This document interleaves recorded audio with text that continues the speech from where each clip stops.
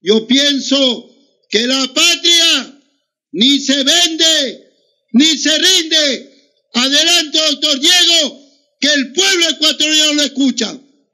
Muy buenos días, un respetuoso y cordial saludo para todos quienes forman esta importante emisora que ha dado una lección histórica de lo que significa el pluralismo en las ideas, en las reflexiones, y ha defendido los valores democráticos y republicanos durante años cuando muchos otros no querían asumir esa responsabilidad. Agradecemos al señor director porque su mentalidad plural, democrática, republicana, ha consentido que todas las corrientes de opinión se expresen a través de esta alta tribuna. Un agradecimiento a los señores colaboradores de esta emisora, un saludo respetuoso asimismo para Pepe, para Raúl, para Clever, para César, Medardo y todos quienes contribuyen a la difusión de los análisis de la realidad del Ecuador y además a las sugerencias sobre lo que deberíamos intentar hacer en nuestro país. Un saludo fraternal, respetuoso, como corresponde al hermano pueblo de Guayaquil, del Guayas, del litoral y del Ecuador entero. El día de hoy quisiéramos abordar un tema que mucha gente ha evadido o que es difícil a veces de conseguir información porque los medios de comunicación suelen también ser extremadamente prudentes porque son temas que resultan, diríamos, altamente comprometidos o que pueden resultar, diríamos, ocasión de debate. Vamos a referirnos a la situación del negocio o la actividad de los estupefacientes en el Ecuador. ¿Quiénes patrocinaron el consumo masivo de drogas en nuestro país? Empecemos iniciando esta exposición o esta reflexión en base a los datos del Plan Nacional de la Secretaría Técnica de Drogas, la CETED, que está publicada en Diario Expreso del domingo 25 de febrero del 2018 en la página 12. Allí da cuenta de la siguiente información. Estos son dos datos muy importantes y son datos oficiales. La mortalidad anual, el último año, en el 2017, por el uso de las drogas en el Ecuador fue de 8.693 personas, que figura con el 13.42% del total de fallecimientos a escala nacional. Cierro comillas, tengo aquí el diario. Repito esta cifra. En el Ecuador mueren por drogas 8.693 personas, que equivalen al 13.42% del total de los fallecimientos a escala nacional.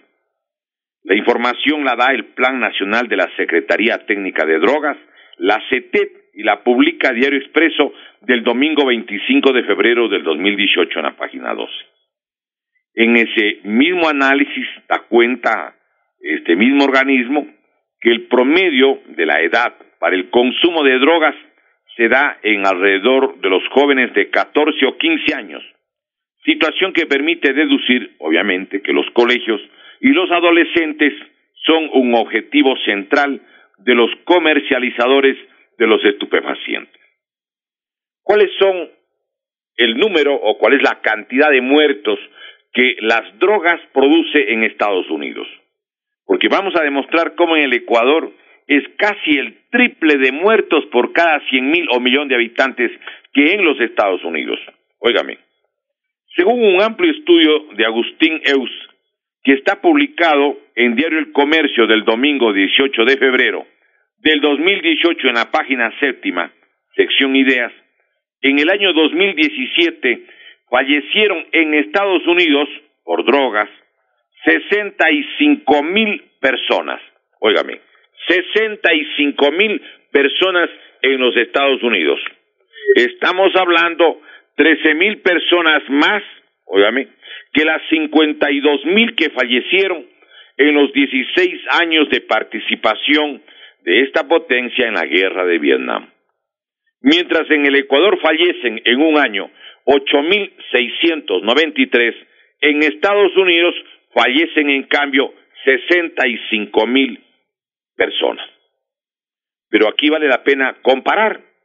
porque resulta que el porcentaje es mucho más alto en el Ecuador que en los Estados Unidos. Demostrémoslo. Miren ustedes. Si en el Ecuador mueren por drogas 8.693 personas, tenemos que dividir para 16.5 millones de personas que tiene nuestro país, de acuerdo a los datos del INEC. Dividimos 8.693 para 16.5 millones de personas.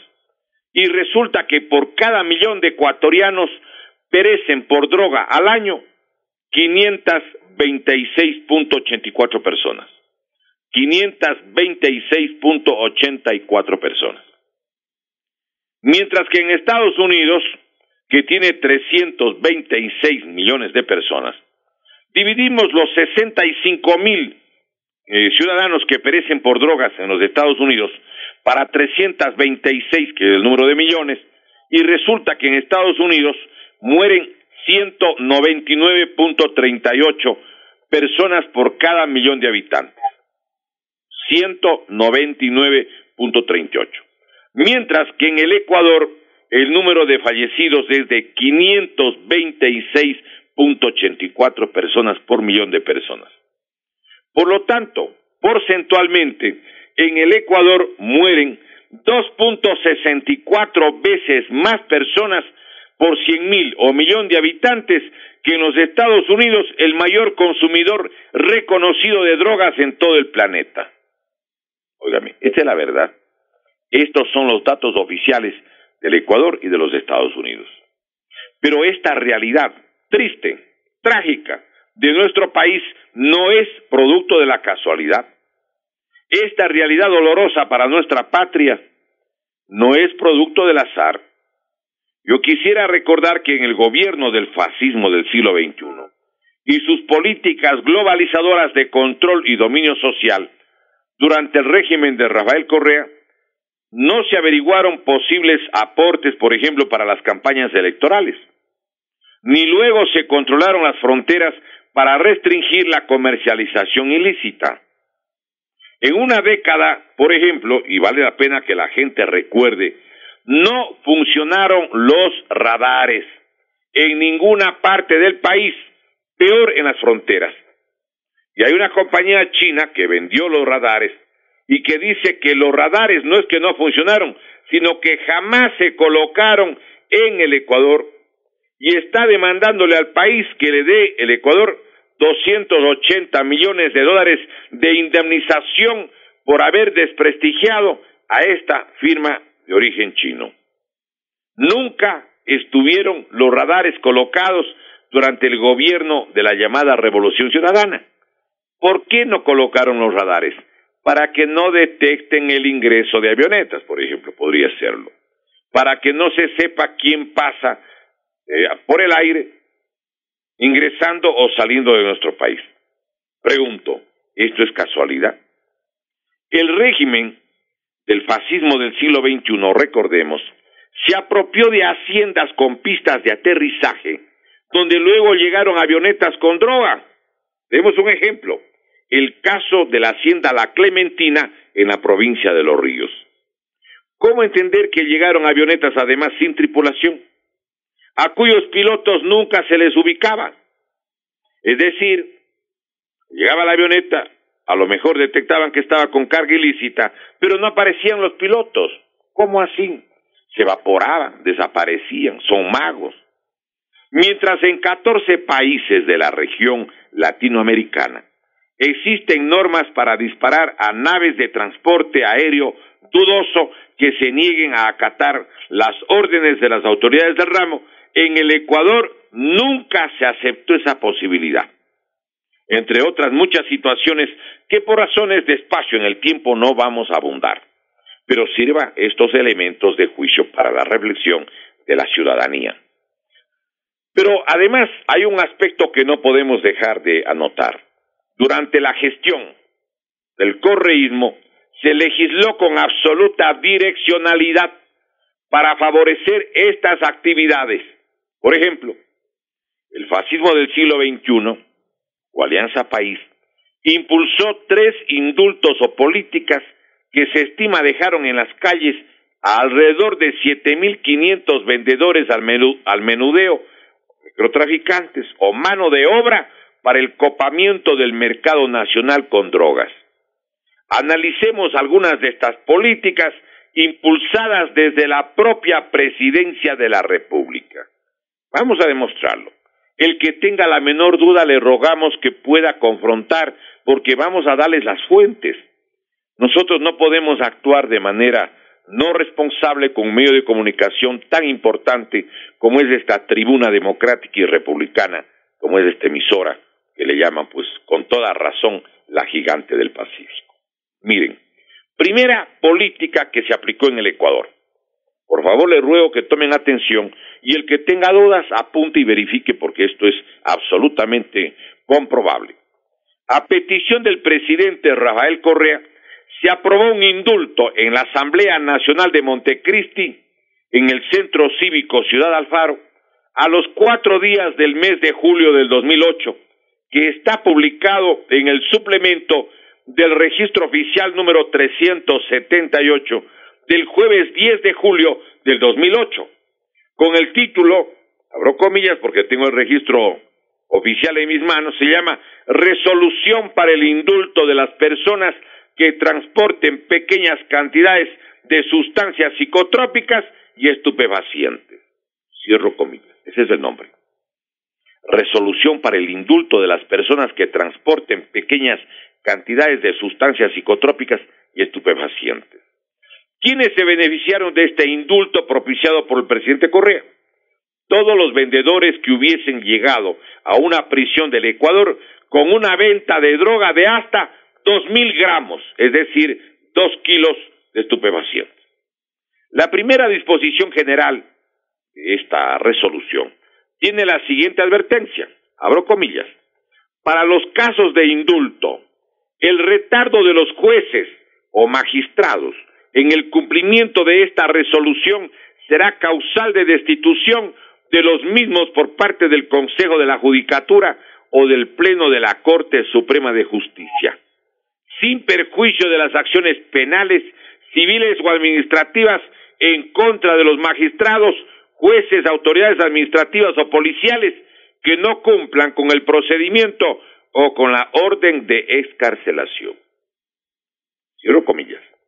El Consejo de la Judicatura, entonces, del año 2009 estamos hablando, porque esa resolución fue del 2008, hicieron un balance y establecieron que con ese indulto propiciado por el presidente Correa, salieron de las cárceles 2.241 presos por tráfico de estupefacientes. Todo ello, insisto, mentalizado e impulsado por el presidente Correa. Esa, la primera política, ese indulto de 2.241 personas que quedaron libres. La segunda política que aplicó el presidente Correa es la siguiente. Se expidió el Código Orgánico Integral Penal, el COIP, que está vigente desde el 10 de agosto del 2014 y que está publicado con 6 meses de antelación antes de su vigencia en el suplemento del registro oficial 180 del 10 de febrero del 2014, donde se puede comprobar que bajaron las penas para quienes cometan delitos vinculados al tráfico de drogas. Demostramos, miren, mientras la Ley de Sustancias Estupefacientes y Psicotrópicas, publicada en el registro oficial 523 del 17 de septiembre de 1990 y luego publicada como ley codificada con sus reformas en el suplemento del registro oficial 490 del 17 de diciembre del 2004, allí determinaba penas de hasta 16 años. Pueden ver los artículos 60 y 61. Pero el COIP, el Código Orgánico Integral Penal, que establece penas de hasta 40 años a los ciudadanos. El ingeniero Febres Cordero aspiraba a poner 25 años. Estaba las penas máximas en el Ecuador en la década de 80 en 16 años. Él quería poner 25 años. Pero el presidente Rafael Correa puso 40 años de prisión acumulada. Claro, este Código Orgánico Integral Penal, por ejemplo, no le aplican al señor Glass para que no haya acumulación de penas. le aplican el código anterior de manera deliberada y calculada, pues. Pero, ¿qué hizo el COIP en materia de estupefacientes? Bajaron el tiempo y pusieron el límite máximo de 10 a 13 años. El que tenga dudas puede mirar el artículo 220 del Código Orgánico Integral Penal. Y además, a quienes manejaban la mínima escala, decían a los que vendían poco, les daban de 2 a 6 meses de prisión. Lo que hizo que inmediatamente tengan que soltar a 2.232 detenidos que quedaron libres en los primeros 12 meses de vigencia del COIP. En los primeros 12 meses de vigencia del COIP quedaron libres 2.232 personas adicionales. La referencia de los excarcelados la publicó Diario El Comercio del domingo 9 de agosto del 2015 en la página quinta. Con esta política del indulto más la vigencia del COIP, ya contabilizamos 4.473 personas excarceladas, que era, evidentemente, de manos de Rafael Correa, fuera. Pero a la vez se retenía, y todavía se mantiene en las cárceles, a varios cientos de indígenas, de campesinos, de defensores del agua y del ambiente. Para ellos no hay indulto, para ellos no hay amnistías, no. Solamente había indulto con la Revolución Ciudadana y Alianza País para la gente que tenía actividades vinculadas a la venta de estupefacientes y droga. Esa es la realidad. Estamos dando con santo y seña para que nadie se llame a engaño. La tercera política. Al dejar la presidencia en mayo de 2017, Rafael Correa sacó de las cárceles a 3.000 detenidos más, pero sobre todo vinculados a esta misma actividad. El comentario que realizó el columnista de Expreso, Francisco Cuesta Safadi, del lunes 5 de junio del 2017, en la página 9, ilustra los efectos previstos. Dice textualmente, tengo aquí, está publicado el lunes 5 de junio del 2017 en la página 9, artículo en Expreso de Francisco Cuesta Safadi. ¿Qué dice, distinguido profesional? Abro comillas. Correa se despide de su amado Carondelet, dejando en él su fantasmal imagen. Una dolencia en la que pocos creen no le impidió decretar indultos, cual lacerantes despedidas. Mientras Moreno anunciaba luchar sin cuartel, reprimiendo y buscando sancionar a los responsables del microtráfico, Correa liberaba centenares y quizá miles de mulas o transportadores de droga. Cierro comillas. Aquí hay que hacer la siguiente reflexión. Correa es un elemento inocente, es un ciudadano candoroso, era una persona despistada para impulsar estos hechos, para no medir las consecuencias de esas decisiones, o todo lo contrario, conocía a la perfección las consecuencias de su proceder intencional y políticas impuestas por su autoritarismo y como parte de un plan nacional y antipopular.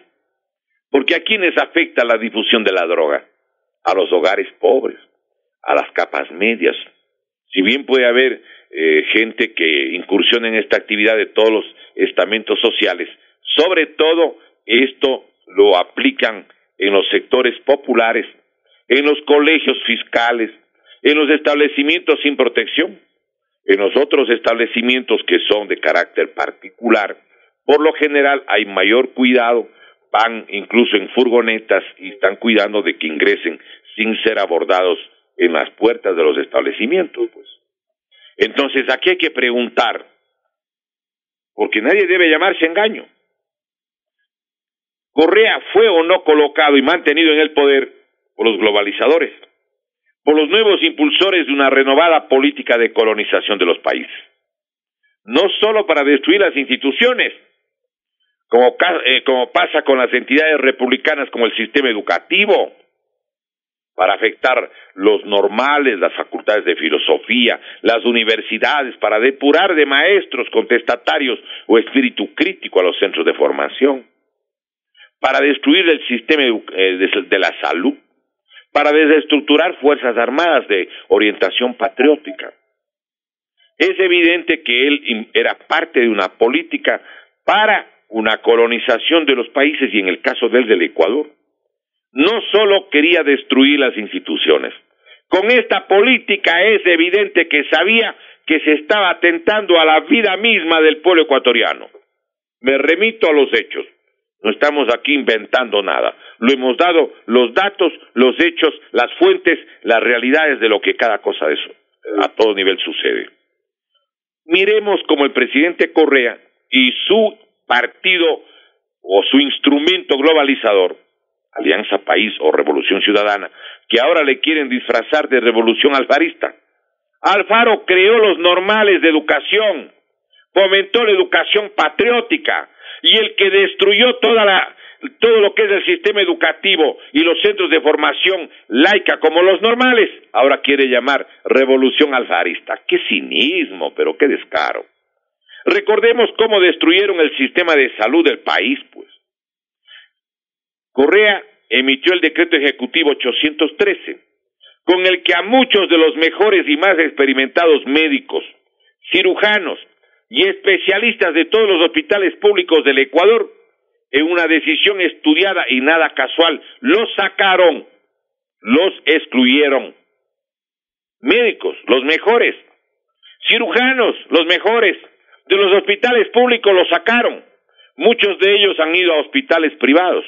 El que quiera recibir su conocimiento, su atención, su formación, resulta que ahora tienen que ir a una clínica o un hospital privado. Ya no pueden ir a un hospital público porque ya no están. Porque Correa los sacó aplicando el decreto 813. Recuerden ustedes, ¿quién desapareció el Instituto de Higiene Izquieta Pérez?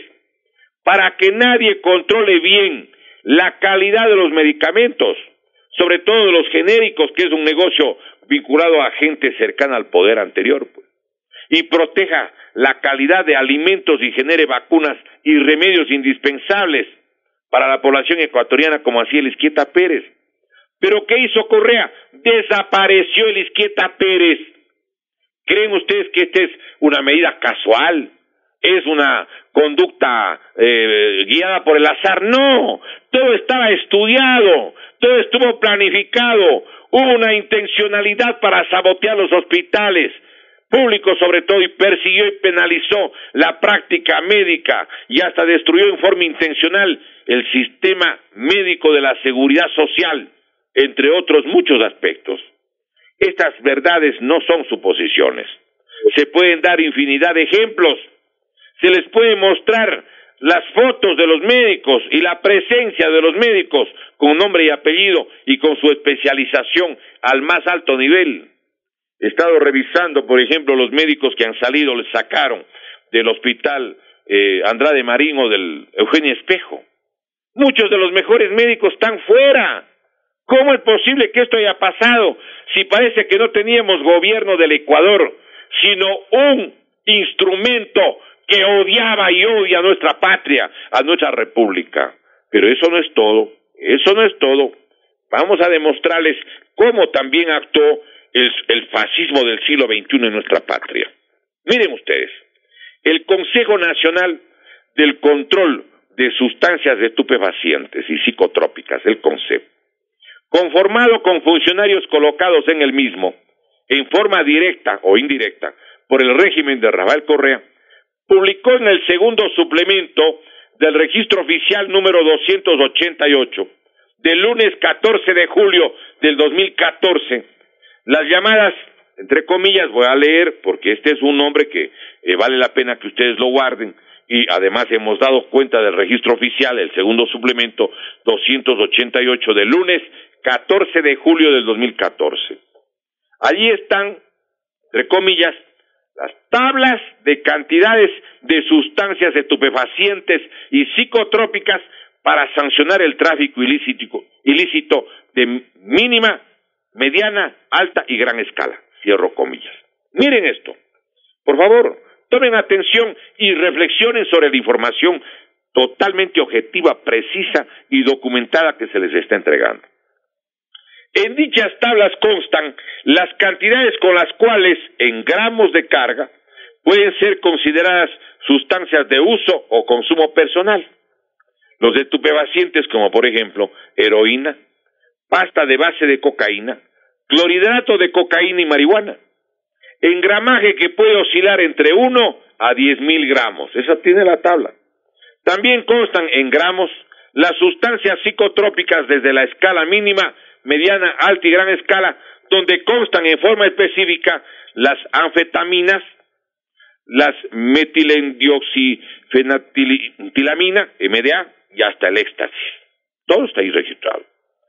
Mucha gente consideró que en vez de ser tablas para disminuir las responsabilidades eventuales, pues no es lo mismo un mero consumidor que un traficante, como lo presentaba el gobierno, era más bien un salvoconducto que permitía que un distribuidor pueda viajar o hacer ventas reiteradas o viajes en un solo día a efecto de no ser molestado. Decía que era consumidor. Si acaso le encontraban, por ejemplo, con la mercancía, alguien podría llevar una mínima escala, como dice esta regulación, de 1 gramo o 2 gramos de cocaína, de heroína, o 5 o 10 gramos de marihuana, dependiendo del producto, sin ser molestado. Pero también puede, con estos topes consentidos, hacer 10 o 20 o 30 o más viajes diarios para distribuir la mercadería sin padecer ninguna molestia. Estas tablas de cantidades de sustancias estupefacientes y psicotrópicas, conforme muchos analistas, se convirtieron en salvoconducto para una masiva e imparable comercialización alentada desde el poder. Miren ustedes, ¿creen ustedes que esto era casual?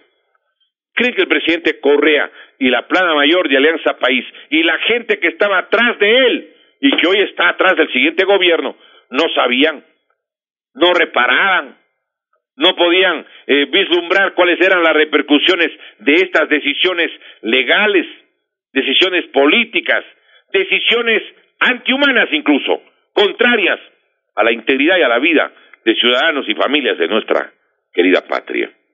Pero hagamos una reflexión adicional.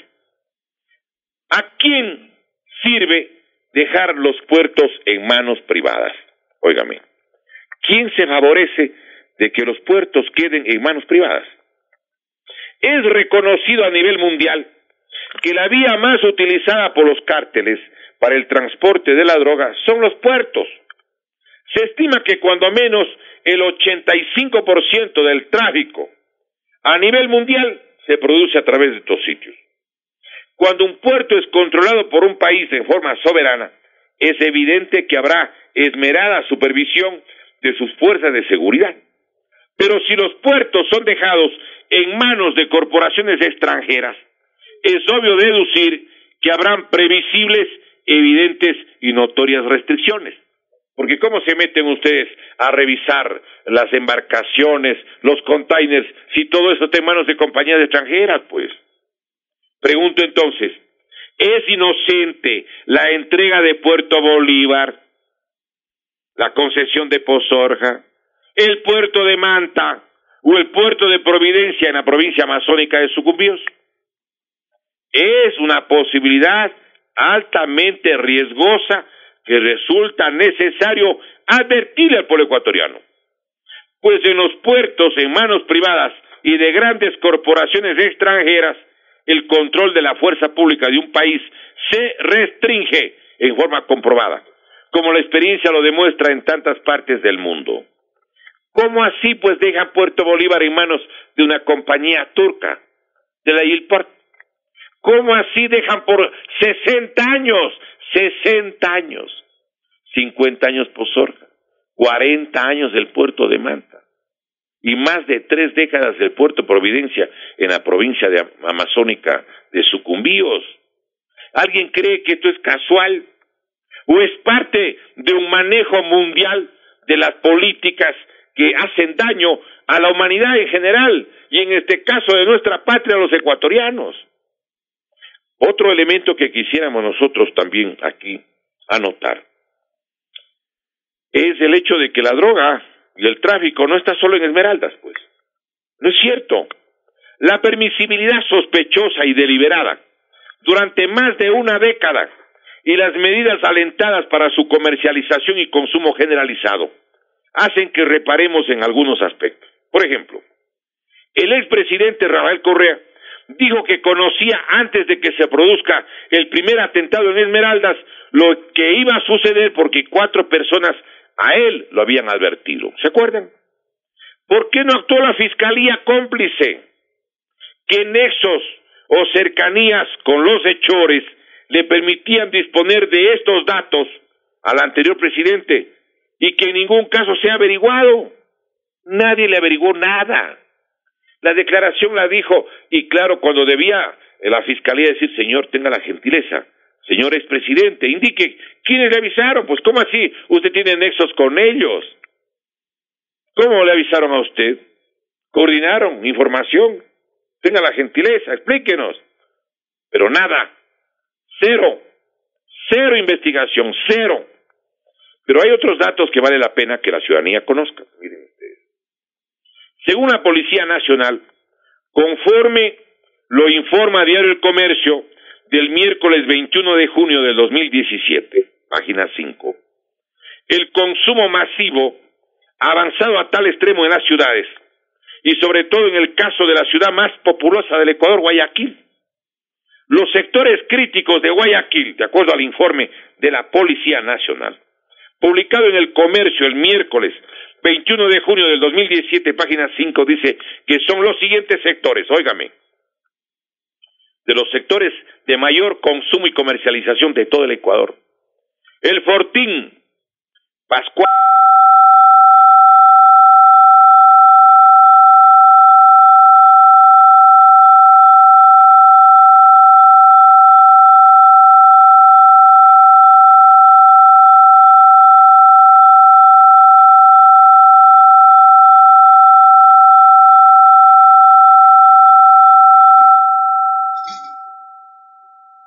¿Aló? ¿Sí?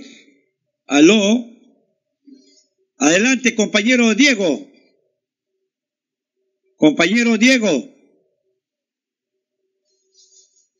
Compañero Diego. Siga, compañero Raúl.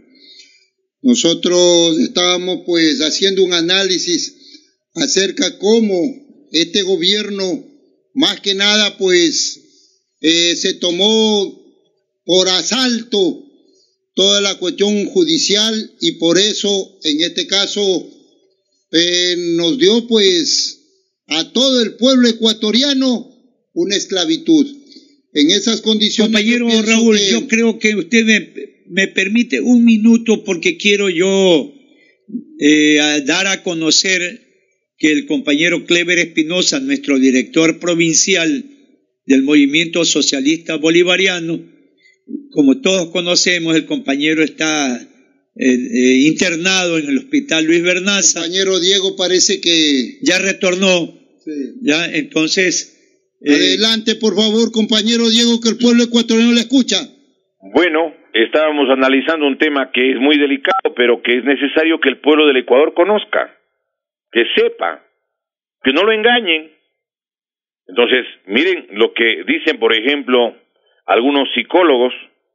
Ellos admiten que tratan a varios niños menores de 10 años por semana porque están intoxicados, por ejemplo, por la droga H. Un estupefaciente que, de acuerdo a la información de la Policía Nacional, que está publicado en Diario El Universo del domingo 11 de junio del 2017, en la página 13, dice que tiene las siguientes características. Óigame, abro comillas, la descripción que da la Policía Nacional. Heroína mezclada con sustancias tóxicas como detergente, cemento, pintura, veneno para ratas y otros elementos, según pruebas realizadas en laboratorios locales. Pero hay otro dato. Entre el año 2010 y 2017, el Instituto de Neurociencias, entiendo que es del antiguo Hospital Psiquiátrico Lorenzo Ponce, ha atendido a 51,000 pacientes por consumo de diferentes sustancias ilegales. De esta cifra, 15,719 eran menores y tenían entre 10 a 19 años. Miren ustedes, este es el drama. Esa es una realidad que está pasando en nuestro país. Ahora, hay otra información que también vale señalar.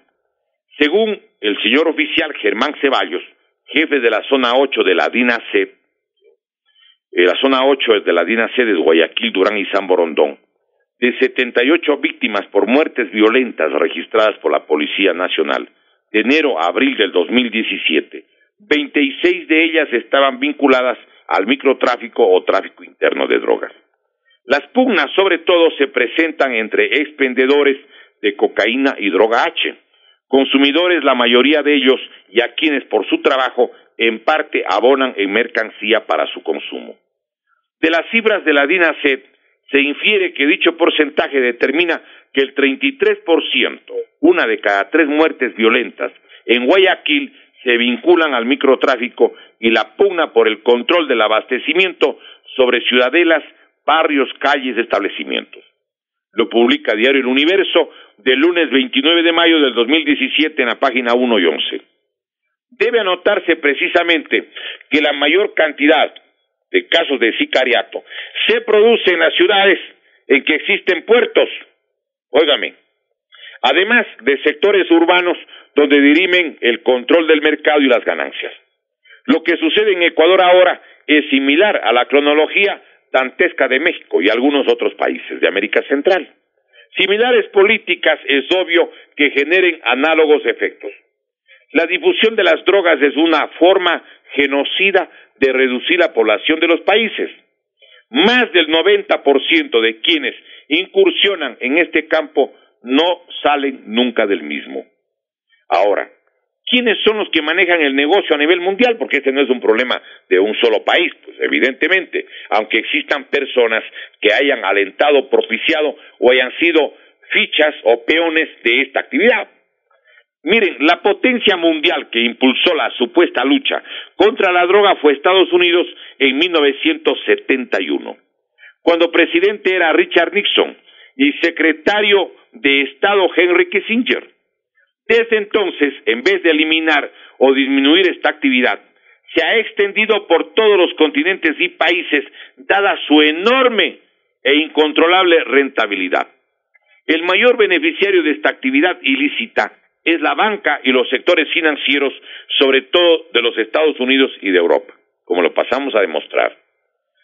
Hay un informe del año 2001 titulado Dinero Sucio, fundamento del crecimiento y del imperio de los Estados Unidos, a cargo del profesor norteamericano James Petras, quien es maestro emérito de la Universidad de Binghamton, de Nueva York, y profesor adjunto de la Universidad St. Mary's de Nueva Escocia, Canadá, en base a la información del propio Congreso de los Estados Unidos, donde, con los informes de ex banqueros y algunos expertos bancarios internacionales que ahora asesoraban entonces al Congreso de los Estados Unidos, coinciden que para entonces los bancos estadounidenses y europeos blanquean cada año entre 500,000 millones y 1 billón con B grande, 1 millón de millones, ¿sí?, de dólares de dinero sucio o no legal. Esto es dinero blanqueado o legalizado de origen delictivo y suma de la cual la mitad corresponde a la banca estadounidense. Entre las conclusiones del estudio que realiza este equipo de la Universidad de Binghamton de Nueva York, coordinado por James Petras, un reconocido intelectual norteamericano, se llega a la siguiente conclusión, óigame: sin el dinero sucio, la balanza exterior de los Estados Unidos sería totalmente insostenible. El nivel de vida se derrumbaría, el dólar perdería valor, el capital de inversión y préstamo disponible se contraería y Washington sería incapaz de mantener su imperio global. Hay que recordar además que hay varios estudios y análisis de periodistas del mundo entero que dan cuenta que la DEA, la Agencia de Lucha contra la Droga de los Estados Unidos, lo que más le preocupa no es el comercio, la plata, sino garantizar que ese dinero vaya a los Estados Unidos. Si ese dinero no va a los Estados Unidos, entonces actúa la DEA, porque lo que ellos quieren es que ese negocio le produzca la rentabilidad para las entidades de ese país. Los migrantes de la provincia de Cañar, de Azuay, de todo el Ecuador, dan cuenta de la venta libre, por ejemplo, los estupefacientes en los Estados Unidos, frente al edificio del Fondo Monetario del Banco Mundial. Ellos cuentan. Ahí se vende, dice, libremente. Porque claro, aquí hay que hacer una pregunta. ¿Cómo es que en los Estados Unidos está el mayor mercado del planeta de las drogas y allí no hay carteles pues propios? ¿Alguien ha oído hablar del cartel de Washington? ¿Habrá el cartel de Nueva York? ¿El cartel de Miami? ¿El cartel de California? No. Y entonces uno se pregunta, ¿y entonces cómo se distribuye la droga en los Estados Unidos? ¿Se lo hace a través de los huracanes, de los ciclones? ¿Llega con el aguacero? ¿Hay un sistema parecido al del maná bíblico? No, pues, no es así.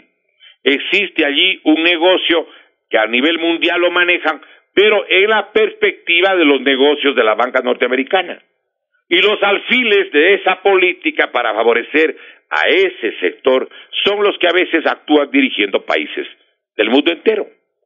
Y yo quiero recordar, por ejemplo, en el caso de México, el presidente del año 1988 al 94, que llegó con fraude a la presidencia de México, Carlos Salinas de Gortari, él entregó asimismo la riqueza más importante en México, entre otras cosas hasta la telefonía, justamente a su amigo Carlos Slim, de quien dicen que son socios en el negocio de la telefonía celular.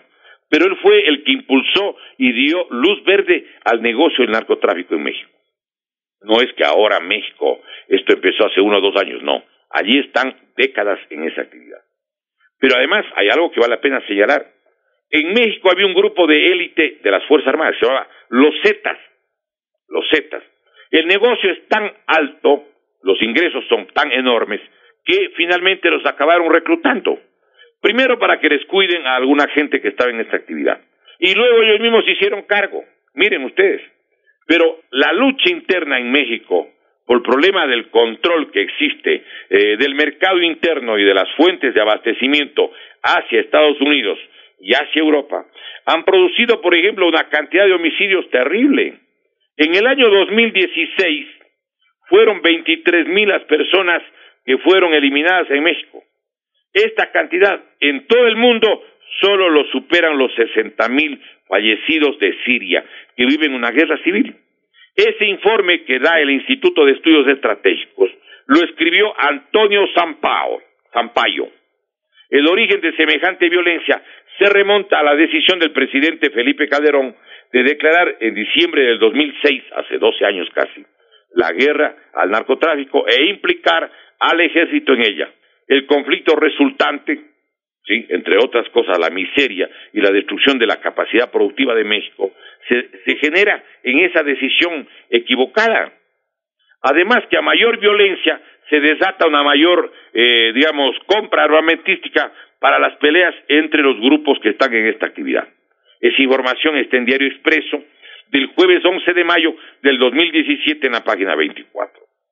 Valdría la pena recordar, estaba mirando ahí un recorte de diciembre 24 del 2017 de Diario Expreso, señalaba que en el año 2017, solamente en el mes de octubre, en ese país se produjeron 2,800 eliminaciones, de las cuales eran 70 y un poco más al día de promedio. Entonces, miren, este es una actividad, un negocio de carácter mundial, no de fácil solución. Quizás podrían discutir la legalización a futuro. Miren, más gente muere por el tabaco y más gente muere por el alcohol, ¿sí? Pero si se ha legalizado esa actividad, pues ¿qué ha sucedido? Analicemos. Entonces, yo creo que es necesario meditar en esas cosas. El que quiere morirse, pues se puede envenenar, puede comprar baigón, puede comprar una soga, puede pues autoeliminarse de varias maneras. Pero el mundo no puede ser sujeto, no puede estar dependiendo, obviamente, de una realidad dantesca, estremecedora. El pueblo tiene que meditar cuáles son los mejores mecanismos para proteger, para ayudar a su juventud, para proteger, para intentar recuperar a todos los jóvenes que han incursionado por esas actividades. Y miren ustedes, alguna gente dice, no, Colombia nos va a ayudar. Bueno, pero yo les invito a que reflexionemos en lo siguiente. Varios presidentes de Colombia e incluso partidos políticos del vecino país han sido denunciados por tener nexos precisamente con estas actividades. Recordemos por qué le quitaron incluso la visa a los Estados Unidos al presidente Ernesto Samper, pues. ¿Sí? Recordemos que en Estados Unidos varias veces han cogido a aviones de la Fuerza Aérea Colombiana a la que le llaman el Cartel Azul, pues. La Oficina de las Naciones Unidas sobre la Droga informó en el año 2016, he estado revisando los datos de las Naciones Unidas, que el área de cultivo en Colombia subió en los últimos años en el 52%. ¿Por qué? Porque hace unos 5 o 7 años habían 96,000 hectáreas cultivadas. En el año 2016 ya estaban en 146,000 hectáreas cultivadas de manera comprobada. Entonces uno se pregunta, ¿no dice que Colombia está luchando contra esta actividad? ¿Cómo lucha si gran parte de los partidos políticos y de las campañas electorales son financiadas por estos ciudadanos? Además, es obvio que el dinero de esta actividad también ingresa ¿en qué sectores? En la banca, en las cooperativas, en el área de la construcción, en la industria, en el comercio. Por lo tanto, la gente tiene que meditar, tiene que saber que estamos en una situación en la que los padres tienen que proteger, por supuesto, a sus hijos al máximo. Pero en este país han habido políticas muy claras sobre estas actividades. Yo creo que las madres de nuestra patria, que humedecen sus almohadas a la noche, porque tienen una persona que ha incursionado en estas actividades, deben recordar siempre quiénes fueron los facilitadores, los padrinos, los auspiciantes de estas políticas de destrucción social. Yo creo que el Ecuador es uno más de los países del mundo en la que va a tener que buscar una solución global. No es un problema de un solo país, no es además el problema solo de un rinconcito del Ecuador, no. Creo que es un problema mucho más complejo, que hay que analizarlo y que además tiene un precedente. Mucha gente desocupada, que no tiene trabajo, que no tiene acceso a las universidades, y en el Ecuador existen 1,009,000 jóvenes que no han entrado a las universidades y no tienen trabajo. Lo hemos dado los datos precisamente del propio Banco Mundial y del INEC. Yo pregunto, ¿y esos jóvenes? ¿Y si necesitan dinero para sobrevivir? ¿No van a ser víctimas de la tentación de incursionar en estas actividades si no tienen otra fuente de trabajo? ¿Quién manejó la más grande fortuna del país en la época republicana? ¿Qué hicieron para brindar un fortalecimiento a la capacidad productiva, al sector industrial, al sector agrícola y agroindustrial de nuestro país? ¿Cómo es que el dinero se ha desaparecido de nuestra patria? ¿Cómo es que la Comisión Nacional Anticorrupción señala que hay 35,695 millones de dólares que se han evaporado? Y que es una cantidad de dinero que supera a todo el presupuesto del Estado ecuatoriano del año 2018, que inicialmente se estableció que tenía un alcance de 34,300 millones de dólares. Entonces, compatriotas, yo les invito a que analicemos lo que pasa en nuestra patria. Esta semana, de paso, vale la pena recordar, han anunciado que va a dar un informe la Contraloría General del Estado en base a una veeduría sobre las condiciones de la deuda externa o la deuda pública del Ecuador. Deuda pública, donde está la deuda contraída afuera y también dentro, como el caso del IES y el Banco Central. Pero se habla ya de que existen allí 75,000 millones de dólares a diciembre del año 2016. 75,000 millones de dólares. Pero ahí no se está haciendo cuenta alrededor de 8,000 millones de la deuda nueva. No se está haciendo cuenta de una cantidad indeterminada del Instituto Ecuatoriano de Seguridad Social. Allí no se está haciendo cuenta la cantidad del Banco Central del Ecuador. Entonces hay personas que están señalando que la deuda podría tranquilamente superar los 80,000 millones de dólares. Y hay personas que dicen, incluso como la Cámara de Comercio de Quito, que es 90,220 millones de dólares de deuda. Pero además, hay una parte de esa deuda que tiene que precisarse. Es una deuda ilegítima, lo que se llama deuda execrable u odiosa. Como dice Alexander Sack, un famoso jurista, que señala, era profesor de universidades de Francia y los Estados Unidos, él dice que la deuda es ilegítima cuando hay tres circunstancias. La primera, cuando los préstamos que recibe un gobierno se los hace sin el consentimiento y sin la aprobación de los ciudadanos. Aquí en el Ecuador la deuda que ha contraído el presidente Correa y su gobierno, recordemos, es secreta. Nadie sabe lo que ha pasado porque pusieron un artículo, el 137, en el Código Orgánico de Planificación y Finanzas Públicas, en la que se establece precisamente que el ministro de Finanzas puede declarar la reserva o el secretismo de la deuda. Pero allí dice que mientras hacen la comercialización o el acuerdo del endeudamiento, acontece que ahora dicen que no, que eso no puede informarse hasta que concluya el pago. Si es a 15 años, 20 o 30 años, mientras no se acabe de pagar, esa deuda es secreta. No, señores. El segundo elemento para la deuda execrable, ilegítima u odiosa, que no deben reconocer los países, establece que el préstamo se destine a actividades no beneficiosas para el pueblo. Por ejemplo, miren, cuando construyeron la plataforma financiera en Quito, dijeron que valía 69 millones de dólares.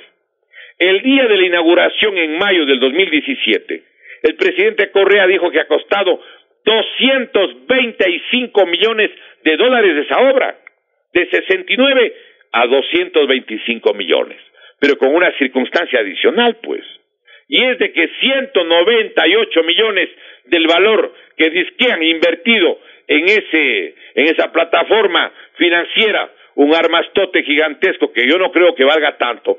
Sin embargo, de los 225 millones, 198 es crédito. Pregunto, ¿debe el Ecuador pagar los créditos con los que se han hecho negociados? ¿Se ha metido la mano en las finanzas del pueblo ecuatoriano? Y hay un tercer elemento por el que las deudas pueden impugnarse. Y dice que aunque el prestamista, el que dio el dinero, esté informado de la situación descrita, es decir, que el préstamo el gobierno hizo sin conocimiento de la población, se hizo para actividades que no benefician al pueblo y pueden realizarse incluso negociados. Señala además que a pesar que esté informado el prestamista, él entregó el dinero porque quería cobrar un alto interés, es decir, la apreciación de él de recibir este alto interés le llevaba a esta situación. Preguntamos nosotros, ¿deben pagarse los préstamos que sirvieron para negociados y atracos o irregularidades? ¿Debe el pueblo ecuatoriano pagar incluso la parte del dinero que significó un eventual negociado? Yo creo que el pueblo ecuatoriano tiene aquí que meditar bien y recordar que toda la deuda del Ecuador, toda la deuda pública, tanto interna y externa, en diciembre del año 2009, estaba toda la deuda en 10.235 millones de dólares. Lo publicó la revista Vistazo 1199 el 3 de agosto del 2017 en la página 7. Y resulta que ahora la Cámara de Comercio de Quito dice no son 10.000 millones, la deuda está en 90.220 millones. Entiendo que mañana la Contraloría va a dar una información que se presupone que cuando menos la deuda va a estar en 75.000 millones, luego de una década en la que han manejado el dinero como nunca antes en la historia nacional, cuando además el barril de petróleo se encontraba durante varios años entre $90 diarios a $110 diarios. Más del 60% del total de los dólares ingresados al país, haciendo la cuenta desde 1972, manejó el gobierno del presidente Rafael Correa. Y resulta que no solamente ese dinero ya no hay, sino que existe una deuda colosal y claro, además, organizaron la impunidad para no rendir cuentas a nadie. ¿Creen ustedes que esto es razonable? ¿Creen ustedes que esto puede seguir sucediendo en el país donde no hay fiscal, donde no existe una administración de justicia que sea independiente, cuando existe toda una direccionalidad incluso de leyes que están encaminadas a la represión de los sectores sociales? a lo que significa el amedrentamiento y lo que podríamos llamar también, sí, esa especie de neurotización planificada del pueblo para que esté agobiado, desesperado, porque los precios suben imparablemente y no hay dólares porque no existen ingresos suficientes en el país. Compatriotas, les invitamos a que reflexionen sobre los datos que les hemos entregado en esta mañana.